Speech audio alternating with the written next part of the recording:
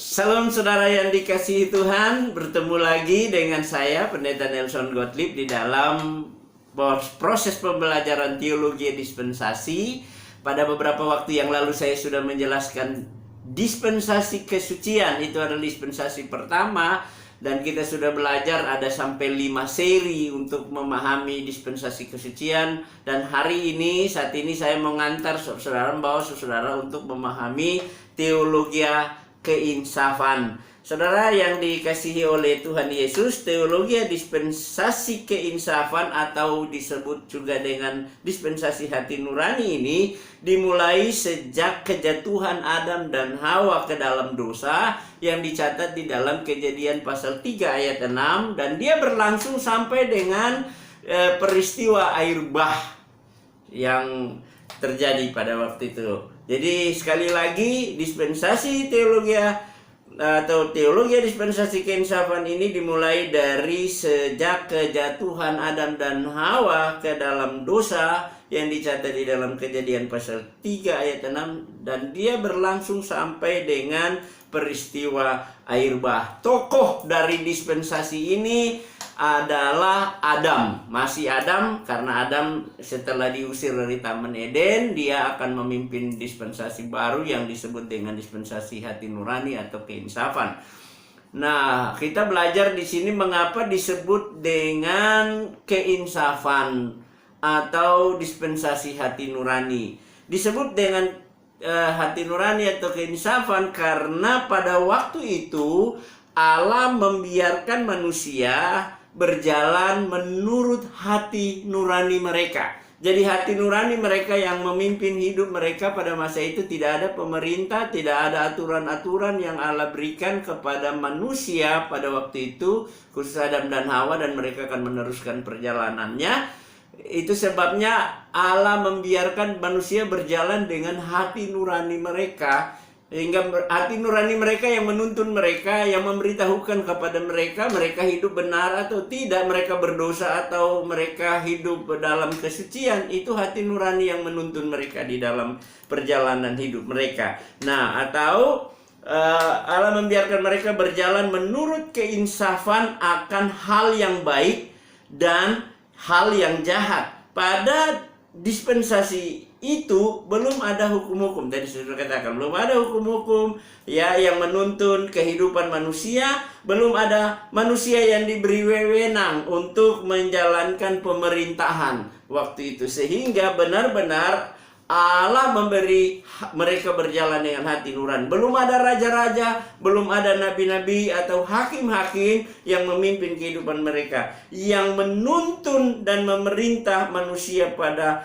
dispensasi ini adalah hati nurani mereka sendiri. Ya, itu sebabnya disebut dengan dispensasi hati nurani. Bagian berikut kita belajar di sini bahwa pada dispensasi ini sudah jelas peraturan dalam Kejadian pasal 2 ayat 15 tidak berlaku lagi atau tidak berjalan lagi. Kejadian 2 ayat 15 adalah peraturan yang diberikan Allah pada dispensasi kesucian atau dispensasi pertama. Mari kita lihat peraturan apa yang diberikan Allah pada dispensasi kesucian di Taman Eden pada waktu itu. Kita akan baca Kejadian pasal 2 ayatnya yang ke-15. Di sana dikatakan demikian.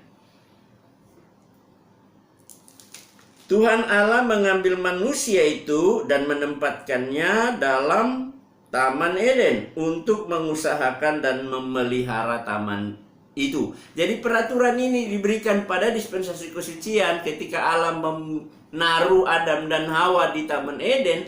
Allah memberi perintah ini atau peraturan ini untuk mereka jalankan, yaitu mengusahakan dan memelihara Taman Eden. Tentunya setelah Adam dan Hawa diusir keluar dari Taman Eden, maka peraturan ini tidak berlaku lagi bagi mereka. Kenapa? Karena Allah sudah melarang. Ketika Allah mengusir mereka keluar dari Taman Eden, maka Allah menaruh keruk di sana untuk berjaga dengan tujuan supaya Adam dan Hawa tidak masuk lagi ke sana, tidak bermain lagi ke Taman Eden. Sehingga mulai dispensasi ini, peraturan ini sudah tidak berlaku. Nah, di sini kita belajar saudara-saudara bahwa untuk dispensasi ini kita melihat bahwa peraturan ini adalah peraturan yang sifatnya atau ayat firman Allah yang sifatnya vertikal. Hanya berlaku waktu itu di Taman Eden. Jadi peraturan yang berlaku suruh mereka memelihara Taman Eden, merawat ya, menjaga, itu hanya berlaku saat mereka ada di sana di dispensasi kesetiaan. Pada masuk ke dispensasi keinsapan, mereka tidak lagi disuruh untuk melakukan itu karena mereka diusir dari sana. Sehingga di sini kita belajar bahwa Alkitab itu punya dua sifat kebenaran. Jadi dengan kita belajar teologi dispensasi, kita bisa memahami bahwa Alkitab punya dua sifat kebenaran, yaitu yang pertama Alkitab bersifat vertikal kebenarannya, dan kebenaran yang kedua adalah bersifat horizontal. Nah, kita akan temukan ayat-ayat yang sifatnya vertikal itu hanya berlaku di sementara waktu di dispensasi tertentu. Ketika di dispensasi yang lain dia sudah tidak berlaku. Itu sebab dengan kita bisa memahami kebenaran firman Allah memiliki dua sifat kebenaran, itu akan menolong kita untuk mengerti dan memahami kehendak Allah dalam perjalanan mulai dari penciptaan ya, dari manusia pertama atau dunia diciptakan sampai pada akhir perjalanan kita akan terus belajar dan kita akan menemukan dua sifat kebenaran ini di dalam firman Tuhan. Nah, untuk menjadi Allah sekali lagi bahwa itu tidak berlaku sejak mereka diusir dari Taman Eden untuk memelihara dan mengusahakan Taman Eden, itu sudah tidak berlaku. Ayat ini tadi saya sudah jelaskan menjadi contoh bagi kita bahwa ayat firman Tuhan dalam Alkitab itu hanya berlaku sementara saja dan tidak berjalan sepanjang waktu. Itu yang di Kejadian pasal 2 ayat 15 tadi, yang disuruh mereka untuk memelihara dan menjaga Taman Eden itu. Saudaraku yang kekasih di dalam Tuhan, dari dispensasi ini kita akan belajar gambaran tentang Tuhan Yesus. Gambaran tentang Yesus pada dispensasi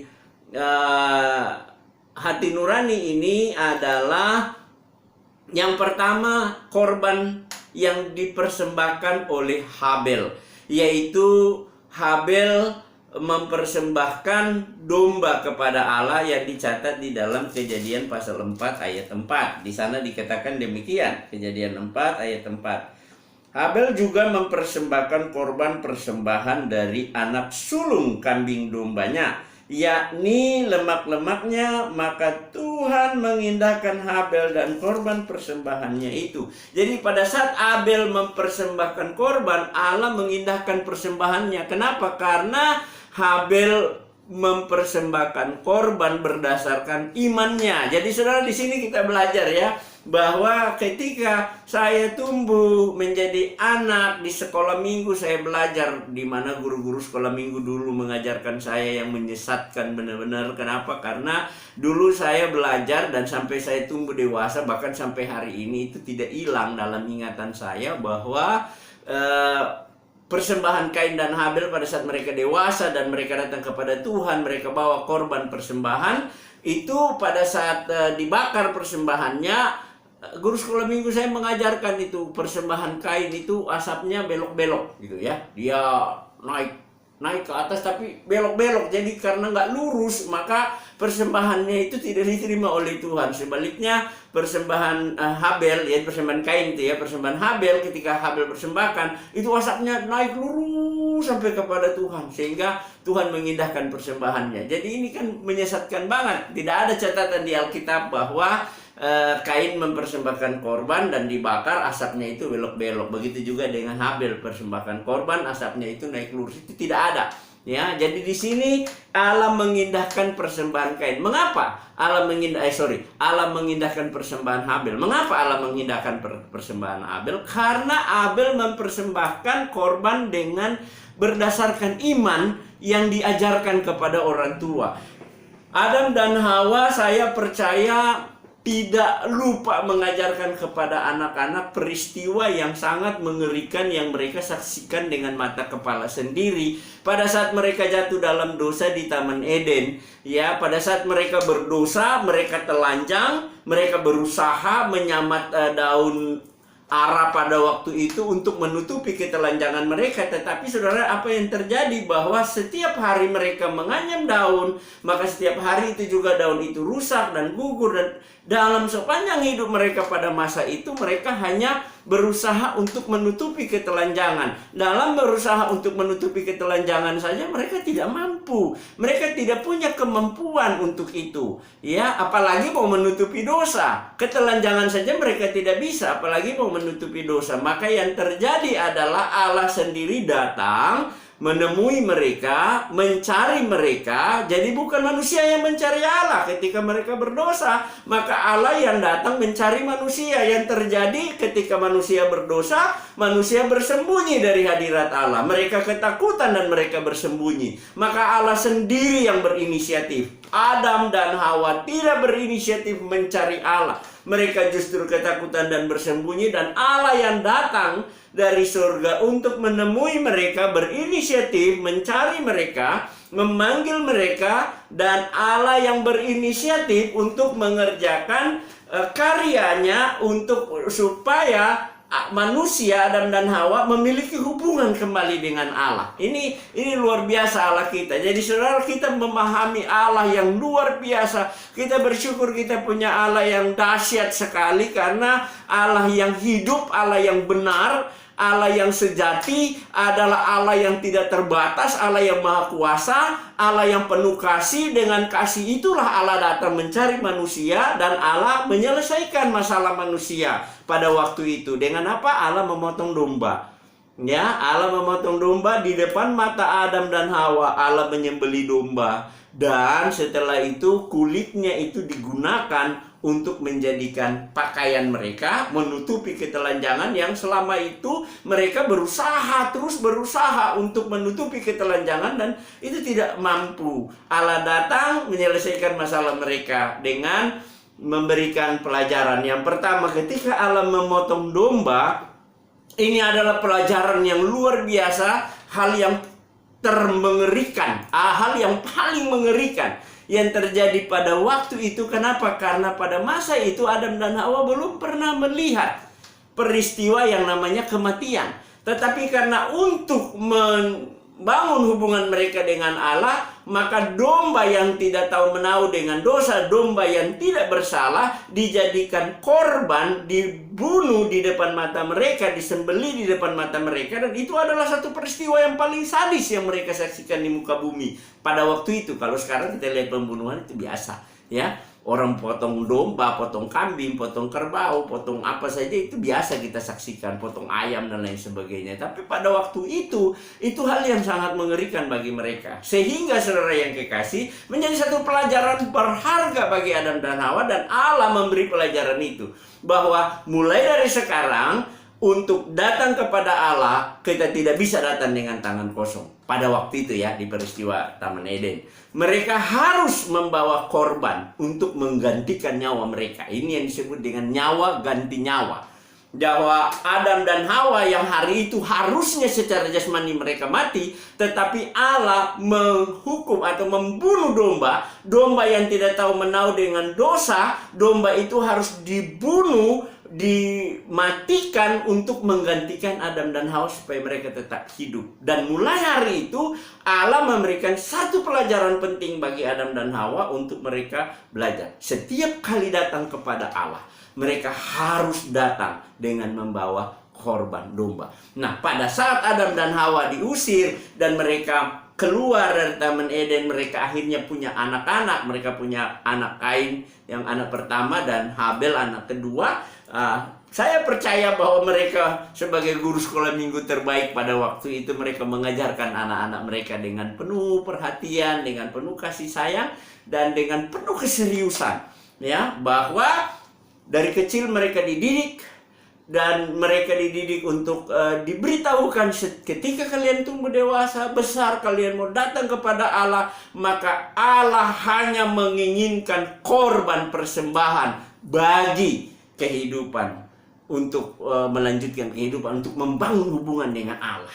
Saya percaya pelajaran itu diajarkan kepada Adam dan Hawa. Sehingga saudara yang kekasih di dalam Tuhan, Adam dan Hawa memberi pelajaran kepada anak-anak mereka pada saat anak-anak itu membesar dan mereka mau datang kepada Allah, beribadah kepada Allah, maka mereka harus membawa persembahan. Tapi apa yang terjadi di sana, saudara yang dikasihi Tuhan? Persembahan Kain tidak diterima karena Kain berusaha datang dengan usaha manusia. Nah, kita udah belajar lalu bahwa usaha apapun manusia itu sia-sia. Mereka berusaha untuk menutupi ketelanjangan aja mereka nggak sanggup, apalagi mereka mau menutupi dosa mereka. Itu adalah hal yang sia-sia. Dan Kain berusaha untuk mengulangi hal yang sia-sia ini. Pada saat dia datang kepada Allah, saya percaya dia bawa persembahan yang terbaik. Tetapi Allah tidak mengindahkan persembahan terbaik yang dia berikan.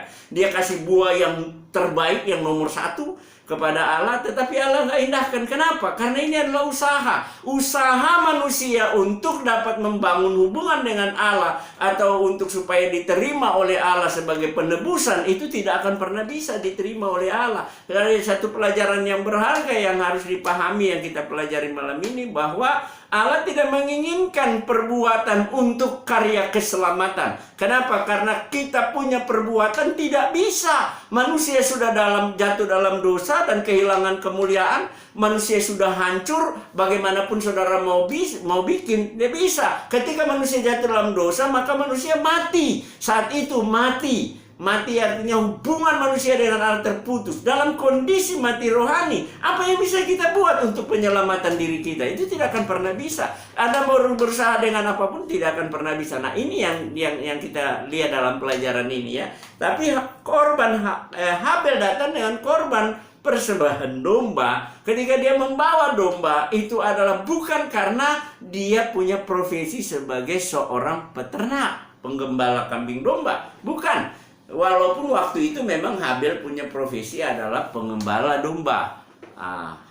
Sementara Kain berprofesi sebagai seorang petani. Tetapi bukan itu alasan untuk datang kepada Allah. Saya percaya sudah berkali-kali saya katakan di awal bahwa Adam dan Hawa sudah mengajarkan anak-anak mereka untuk datang kepada Allah. Kalian harus membawa korban persembahan. Tapi yang namanya manusia, selalu kan ada manusia itu terlalu sombong, terlalu angkuh. Dan inilah yang digambarkan oleh Kain kepada kita.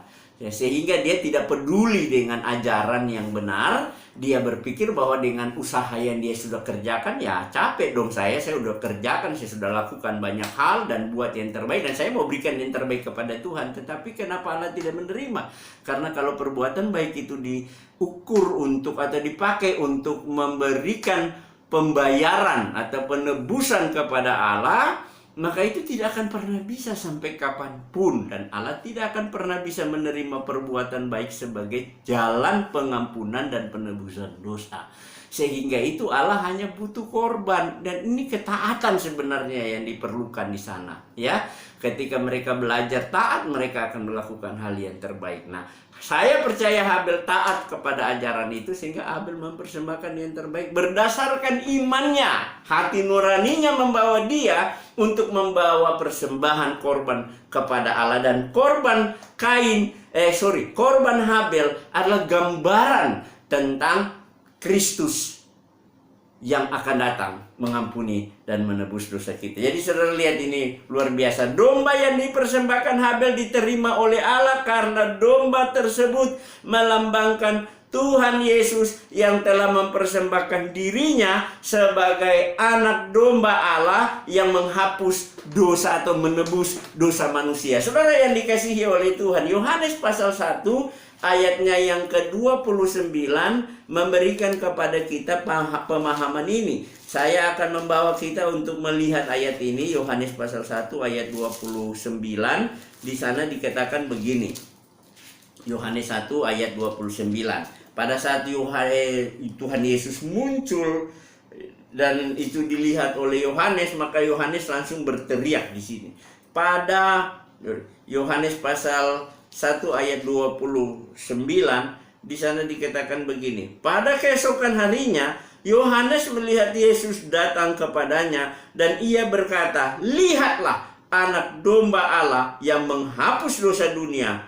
lihatlah anak domba Allah yang menghapus dosa dunia. Jadi inilah dia, sekali lagi, bahwa korban domba, persembahan domba yang dipersembahkan Habel itu diterima oleh Allah karena domba tersebut melambangkan Tuhan Yesus yang adalah anak domba Allah yang datang untuk mengampuni, menebus, menyelamatkan manusia dari dosa. Ini luar biasa sekali. Jadi kita lihat saudara, mulai dari Taman Eden Allah sudah memberikan pelajaran bahwa untuk datang kepada Allah harus membawa korban. Semua korban-korban persembahan di perjanjian lama yang berhubungan dengan korban penebus dosa, korban penebus salah, ya, dan korban pengampunan dosa, itu semua adalah gambaran. Nanti kita akan belajar terus ke depan, kita akan lihat bahwa sepanjang perjalanan dispensasi sampai pada Kristus datang, itu semuanya berbicara,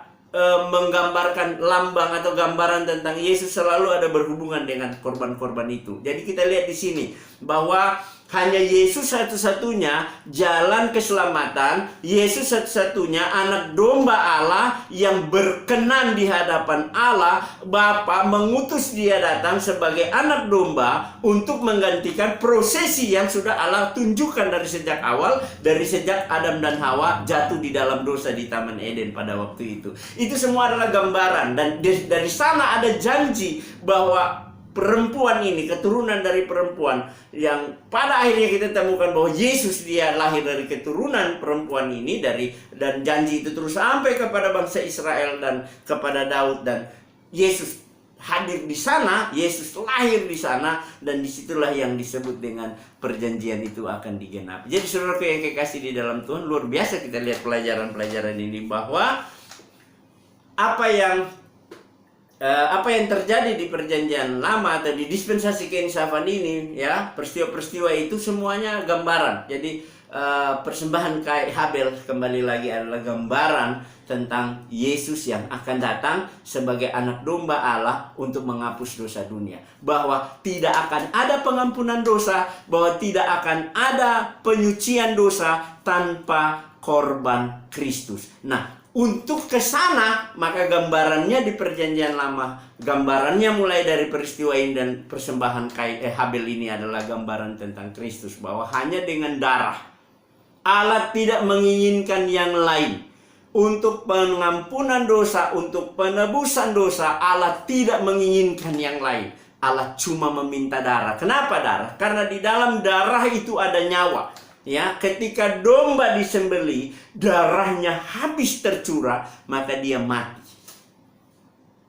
Begitulah dengan apa yang terjadi dengan Kristus di kayu salib. Ketika Yesus anak domba Allah tersalib, terpaku di atas kayu salib, tergantung di atas kayu salib, ketika darahnya tertumpah selesai, ketika dia berteriak sudah selesai, maka semua karya pengampunan, karya penebusan itu dikerjakan di atas kayu salib oleh anak domba Allah, yaitu Yesus Kristus. Dan ketika Yesus mati tersalib, maka seluruh dosa orang, mulai dari Adam sana, Kain dan Habel, dan seterusnya sampai hari ini, itu mengalami pengampunan. Tapi orang-orang di perjanjian lama itu panjang menunggu waktu itu. Jadi kita bersyukur kita ada di sini. Kita tidak perlu menunggu waktu itu, karena hari ini Anda buka hati, hari ini Anda terima Yesus, Anda percaya bahwa darah Yesus yang adalah anak domba itu sudah tertumpah, tercurah penuh di atas kayu salib untuk pengampunan dosamu, maka hari ini Anda diselamatkan. Jadi kembali lagi bahwa gambaran itu harus dilakukan di sepanjang perjalanan kehidupan manusia, dan Habel melakukan hal yang luar biasa ini sehingga persembahannya diterima. Nah, jadi sedangkan korban Kain, ya, korban yang dipersembahkan oleh Kain itu tadi saya sudah jelaskan bahwa tidak diterima oleh Allah di dalam Kejadian pasal 4 ayat 5. Kita lihat di sana, kembali kita ke Kejadian. Ya, Kejadian 4 ayat 5. Di sana dikatakan demikian, tetapi Kain dan korban persembahannya tidak diindahkannya, lalu hati Kain menjadi sangat panas dan mukanya muram. Jadi kita lihat pada saat korbannya tidak diterima, pada saat persembahannya tidak diterima oleh Allah. Panas dong hati Kain. Kenapa panas? Karena Kain memberi yang terbaik, saudara. Jadi pada saat Kain mempersembahkan korbannya tidak diindahkan oleh Allah, bukan karena Kain berikan yang jelek, bukan karena Kain persembahkan yang buruk-buruk, bukan Kain persembahkan buah hasil tanamannya, hasil pertaniannya yang sisa-sisa yang sudah tidak digunakan. Tetapi saudara tahu bahwa Kain mempersembahkan yang terbaik kepada Allah. Tetapi apa yang terjadi? Allah tidak mengindahkan. Itu yang membuat dia panas, itu yang membuat dia geram, itu yang membuat dia tidak tenang dalam hidupnya. Dia begitu marah kepada Tuhan. Karena apa? Karena persembahannya tidak diterima oleh Allah. Jadi kita lihat, korban Kain ini adalah hasil usaha pertaniannya yang melambangkan usaha manusia atau kesalehan manusia itu sendiri. Hanyalah seperti kain kotor di hadapan Allah. Jadi kita lihat bahwa usaha kesalehan manusia, kalau itu mau dipakai sebagai jalan keselamatan kita, nilainya di hadapan Allah cuma seperti kain kotor. Jadi apa yang mau kita pakai untuk itu? Apa yang mau kita banggakan dengan itu? Karena Allah tidak mengindahkannya. Nilai kesalehan di hadapan Allah itu cuma seperti kain kotor. Bagaimana Anda bisa diterima, kesalehan Anda bisa diterima oleh Allah karena Allah menilainya hanya seperti kain kotor? Kalau itu kesalehan atau perbuatan baik, usahamu yang Anda boleh pakai untuk mengukur keselamatan Anda sendiri, itu tidak akan pernah bisa. Kain mengukur itu dengan usahanya sehingga Allah tidak inginkan. Sampai hatinya marah, muram, begitu geram, begitu marahnya dia terhadap Tuhan. Dan akibatnya apa yang terjadi? Dia harus membunuh adiknya. Karena persembahannya tidak diterima, dia membunuh adiknya. Dia tidak menerima bahwa hanya adiknya punya korban yang diterima oleh Allah. Saudara, kenapa ini? Jadi dosa, ketidakpercayaan melahirkan dosa yang lain, yang mengakibatkan akhirnya kita marah. Kain begitu marah. Jadi saudara, kita belajar di sini bahwa kita diselamatkan bukan karena usaha atau perbuatan kita, tetapi orang diselamatkan mulai dari Adam dan Hawa, Kain dan Habel dan seterusnya. Orang diselamatkan hanya melalui iman kepada karya pengorbanan Yesus Kristus di kayu salib. Pada saat kita percaya kepada Yesus sebagai Tuhan dan Juru Selamat kita pribadi, maka di sanalah kita mendapatkan keselamatan hidup kekal. Efesus 2 ayat 8-9 bilang, sebab karena kasih karunia kamu diselamatkan oleh iman. Itu bukan hasil usahamu, tetapi pemberian Allah. Itu bukan hasil pekerjaanmu, supaya jangan ada orang yang membanggakan diri. Orang, kalau kita ke surga dengan usaha kita, maka akan ada banyak orang yang menyombongkan diri. Seperti Kain, dia akan menyombongkan diri bahwa ini loh Tuhan, saya berikan yang terbaik kepada kamu. Maka ini adalah korban yang luar biasa yang harus diterima oleh Allah. Akan ada kesombongan yang luar biasa. Kalau kita diselamatkan dengan usaha manusia, maka orang-orang yang paling memiliki potensi sombong di surga itu adalah para pendeta. Karena para pendeta, para pekerja gereja menganggap mereka adalah orang-orang yang luar biasa, orang-orang kelas 1 secara rohani. Mereka yang sudah melayani, mereka sudah bergiat, mereka sudah bekerja keras, mereka sudah berusaha, mereka membangun gereja, mereka melakukan banyak hal di dalam pelayanan. Maka itu akan menjadi ukuran, kalau itu jadi ukuran keselamatan. Wow, mereka akan menjadi orang-orang yang paling angkuh di surga. Dan orang seperti ini tidak akan pernah layak di hadapan Allah. Allah tidak akan pernah mengindahkan usaha apapun dari manusia untuk karya keselamatan. Karena itu hari ini kita belajar dari peristiwa korban Habel adalah lambang atau gambaran tentang Kristus. Bahwa sampai hari ini kita akan belajar untuk memperoleh keselamatan kita dari dosa yang kita perbuat, maka kita hanya memerlukan pengorbanan Kristus. Karena itu apa? Jelas di dalam Efesus pasal 2 ayat 8-9 memberikan pemahaman kepada kita bahwa kita diselamatkan hanya karena iman saja. Iman yang kita peroleh itu pun adalah pemberian Allah. Tidak ada hubungan dengan usaha. Tidak ada andil sedikit pun dari kita untuk mengerjakan karya keselamatan. 100% Yesus kerjakan di kayu salib. Anda dan saya hanya diminta Allah percaya. Yohanes 3:16. Karena begitu besar kasih Allah akan dunia ini, sehingga Ia telah mengaruniakan anaknya yang tunggal, supaya setiap orang, siapa saja yang namanya orang, yang percaya kepadanya, yang mau menerima karya penebusan pengampunan dosa di kayu salib yang dikerjakan oleh Yesus, dia memperoleh hidup yang kekal. Ini jaminan dari Allah, saudara. Itu yang membuat sukacita besar. Saya percaya akan hal ini. Dan Titus 3:5 juga dia berbicara kepada kita tentang hal yang sama, bahwa pada waktu itu Allah telah menyelamatkan kita bukan karena perbuatan baik yang kita lakukan, tetapi oleh rahmat-Nya, oleh permandian kelahiran kembali yang dikerjakan oleh Roh Kudus. Jadi saudaraku yang kekasih di dalam Tuhan, di sini kita belajar ya peristiwa ini, bahwa kembali lagi pengorbanan korban domba yang dipersembahkan oleh Habel pada dispensasi keinsafan ini, itu adalah gambaran tentang Yesus Kristus yang adalah anak domba Allah yang datang menghapus dosa dunia. Jadi kita belajar di sini dengan tegas, Alkitab mengajarkan bahwa tanpa pernumpahan darah. Jadi sekali lagi, Alkitab dengan tegas mengajarkan kepada kita bahwa tanpa pertumpahan darah, maka tidak akan ada pengampunan. Kita lihat di dalam Ibrani pasal 9 ayat 22. Ini luar biasa. Jadi itu sebabnya bahwa korban persembahan dimulai dari Adam dan Hawa sampai kepada Kain, Habel, dan seterusnya, nanti kita akan belajar ke depan, itu ada berhubungan dengan pengampunan dosa. Tidak akan ada pengampunan dosa tanpa penumpahan darah. Wow, luar biasa sekali pelajaran kita hari ini. Ya, saya baca dari Ibrani pasalnya yang ke-9 ayat 22. Di sana dikatakan begini, perhatikan. Dan hampir segala sesuatu disucikan menurut hukum Taurat dengan darah, dan tanpa penumpahan darah, dan tanpa penumpahan darah tidak ada pengampunan. Segala sesuatu disucikan menurut hukum Taurat dengan darah. Tanpa darah tidak akan ada pengampunan dosa. Wow.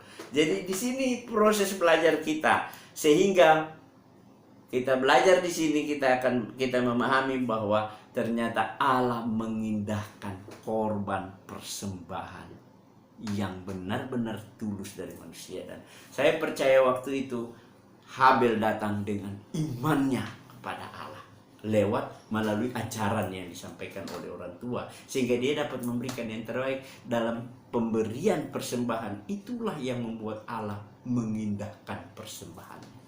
Sama dengan kita, Anda dan saya akan diindahkan oleh Allah. Kita akan diindahkan oleh Allah kalau kita datang mengimani, mempercayai bahwa karya pengampunan Yesus di atas kayu salib dengan darahnya itu sudah membenarkan, menebus seluruh dosa kita.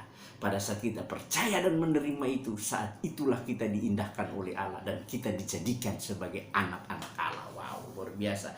Kemudian hal yang kedua sebagai gambaran dari tentang Tuhan Yesus itu adalah bahtera Nuh di Kejadian pasal 7. Peristiwa Kejadian pasal 7, Allah menyuruh Nuh membuat bahtera untuk di akhir daripada dispensasi keinsafan ini.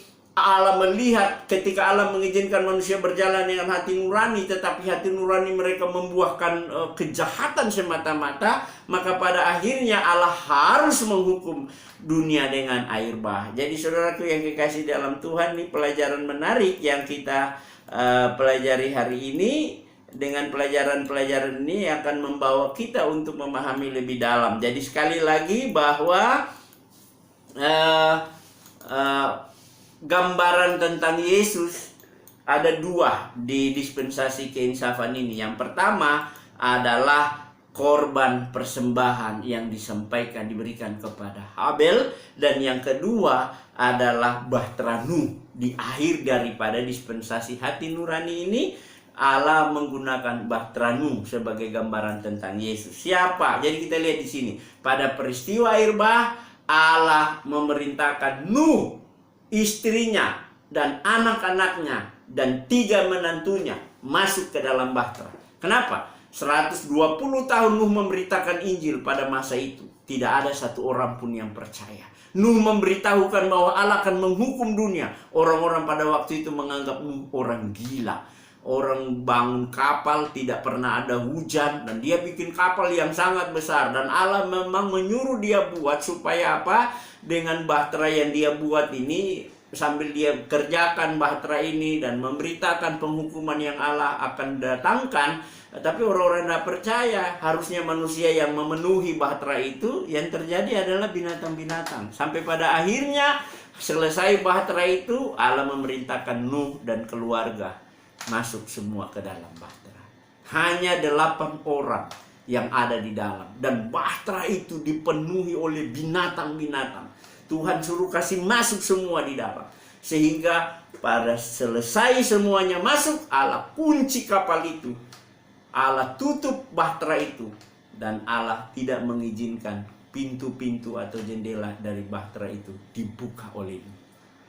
Setelah itu Allah datangkan hujan selama 150 hari. Begitu luar biasa hujan itu.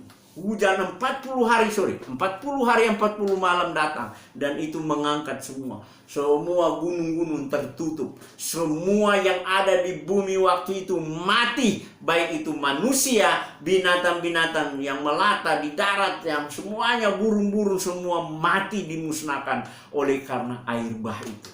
Yang selamat adalah orang-orang yang ada di dalam bahtera. Nuh dan keluarga, istri, 3 anaknya, dan 3 menantunya. Mereka yang ada di dalam bahtera, mereka tidak turut dihukum oleh air bah. Dan binatang-binatang yang ada di dalam bahtera itu. Jadi kita lihat di sini, siapa yang ada di dalam bahtera, mereka tidak dihukum oleh air bah.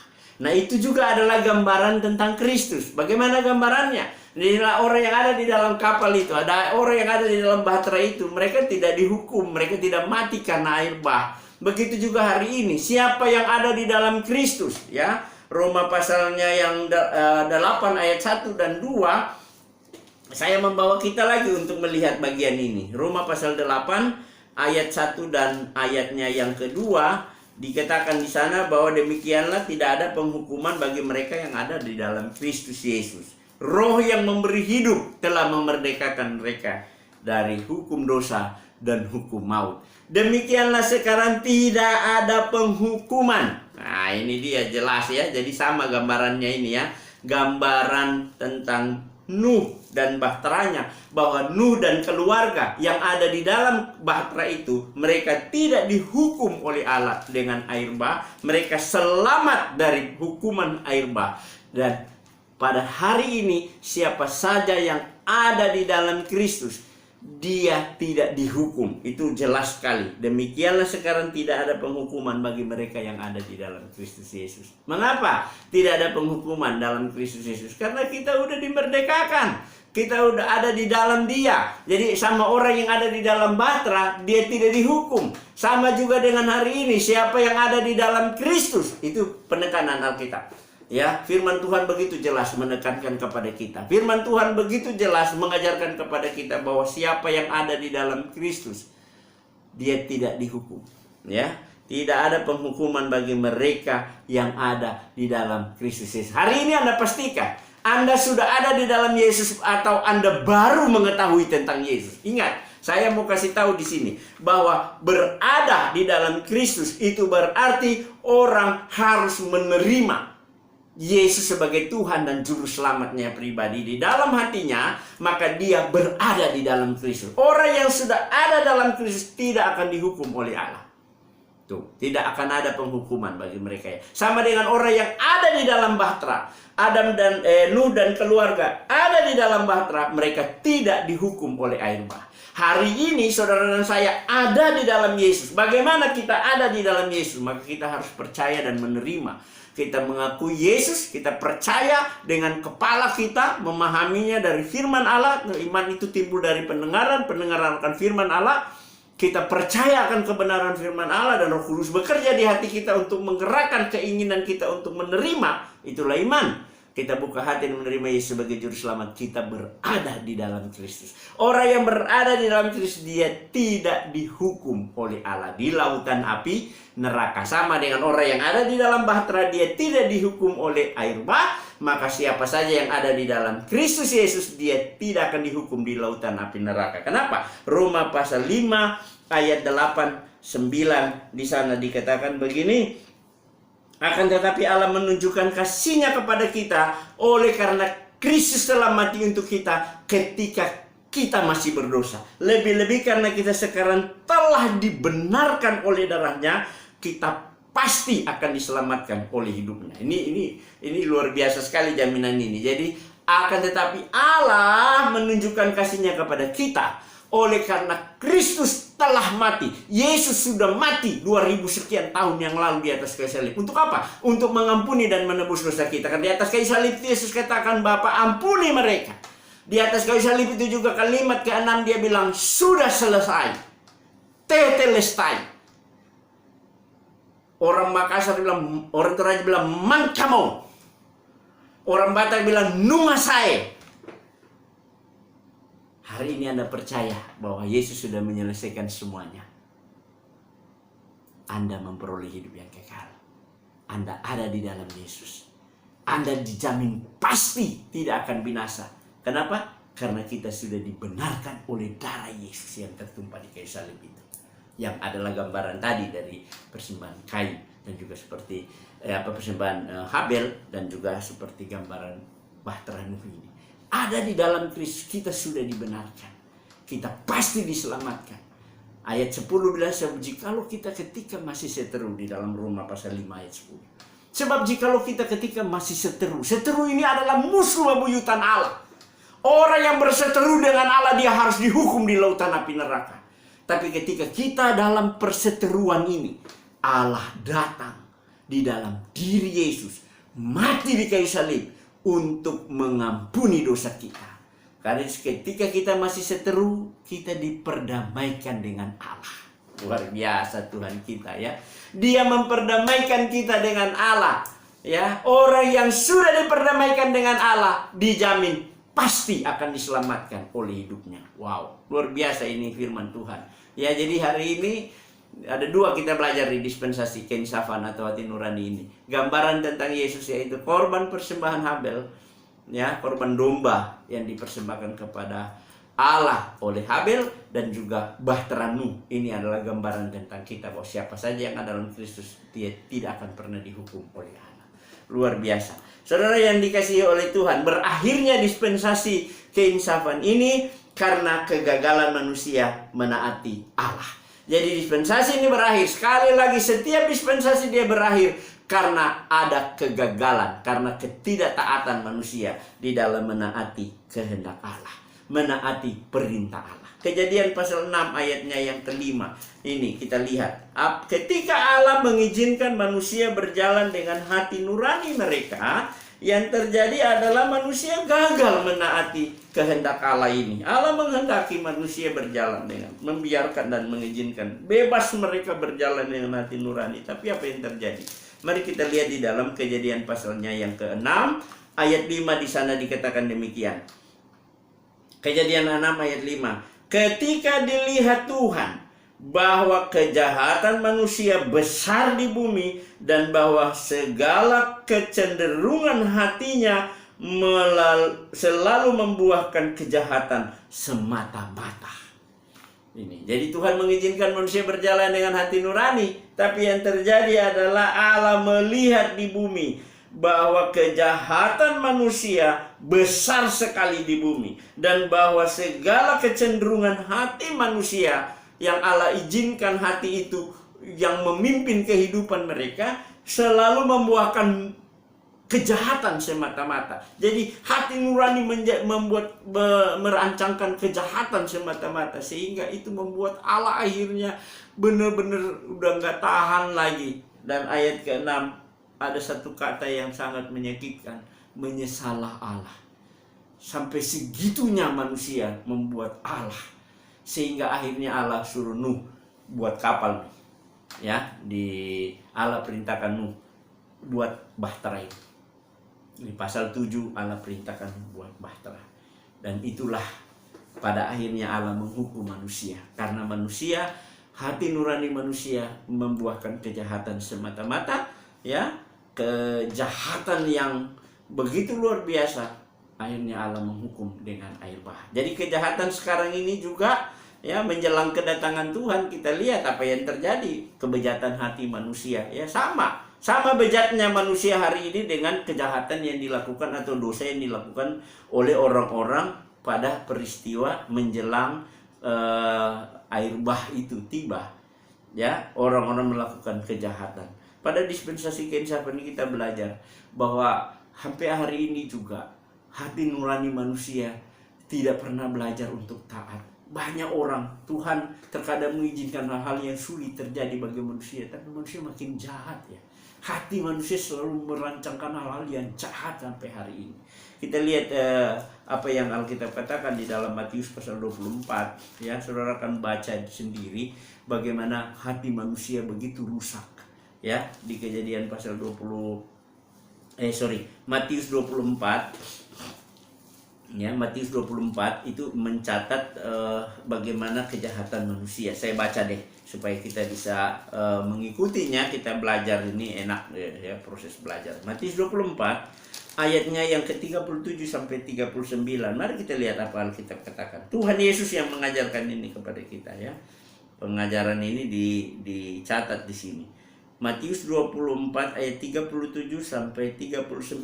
Di sana dikatakan, sebab sebagaimana halnya pada zaman Nuh, demikian pula halnya kelak pada kedatangan Anak Manusia. Sebab sebagaimana mereka pada zaman sebelum air bah itu makan dan minum, kawin dan mengawinkan, sampai pada hari Nuh masuk ke dalam bahtera, dan mereka tidak tahu akan sesuatu sebelum air bah itu datang dan melenyapkan mereka semua. Demikian pula lah halnya kelak pada kedatangan Anak Manusia. Yesus jauh-jauh hari memperingatkan kepada kita bahwa apa yang terjadi di peristiwa air bah, sebelum peristiwa air bah, orang makan dan minum, kawin dan mengawinkan, mereka melakukan kejahatan menurut hati nurani mereka sendiri, mereka berjalan ikut suka-suka, maka pada kedatangan kelak Anak Manusia juga orang-orang akan mengalami atau melakukan hal yang sama. Peringatan ini sudah disampaikan jauh sebelum kita ada hari ini, jauh, ya, ribuan tahun yang lalu, ya, 2000-an tahun yang lalu, kurang lebih begitu. Yesus sudah memperingati kepada kita bahwa hari ini terjadi. Nah, hari ini coba kita periksa, begitu banyak orang memiliki hati nurani yang paling rusak, ya, sehingga orang tidak pernah takut lagi dengan Tuhan. Ini orang mulai menyangkal Tuhan, bahkan orang bilang Tuhan tidak ada, lain sebagainya. Dan itu adalah hati manusia. Saudara yang dikasihi oleh Tuhan, pada akhirnya karena manusia membuahkan, hati manusia membuahkan kejahatan semata-mata, maka akibatnya Allah menghukum manusia, ya. Jadi hukuman akibat kegagalan pada dispensasi kedua atau dispensasi hati nurani ini, maka Allah menghukum mereka dengan air bah yang dicatat di dalam Kejadian 7 dan Kejadian 8. Inilah proses belajar kita malam ini. Saudara, saya berharap dengan kita belajar ini kita semakin memahami. Agak sedikit panjang karena saya harus menyelesaikan dispensasi keinsafan ini supaya kita bisa belajar dengan baik, memahami dengan baik, dan kita akan bertemu di episode berikut di dispensasi ketiga, yaitu dispensasi pemerintahan manusia. Kiranya saudara diberkati dan kita akan ketemu lagi di lain waktu. Mari kita berdoa. Terpujilah namamu, di dalam Kristus Yesus kami bersyukur kalau kami boleh diberi kesempatan untuk belajar, dan biarlah proses belajar ini memberikan pemahaman pendewasaan kepada kami dan membuka cakrawala berpikir kami akan kebenaran firman Allah yang lebih sungguh lagi. Terima kasih ya Tuhan. Ini doa kami menyerahkan seluruh kehidupan kami ke dalam tangan kasih-Mu hanya di dalam nama Tuhan Yesus Juru Selamat yang hidup. Amin. Tuhan Yesus memberkati saudara dan saya.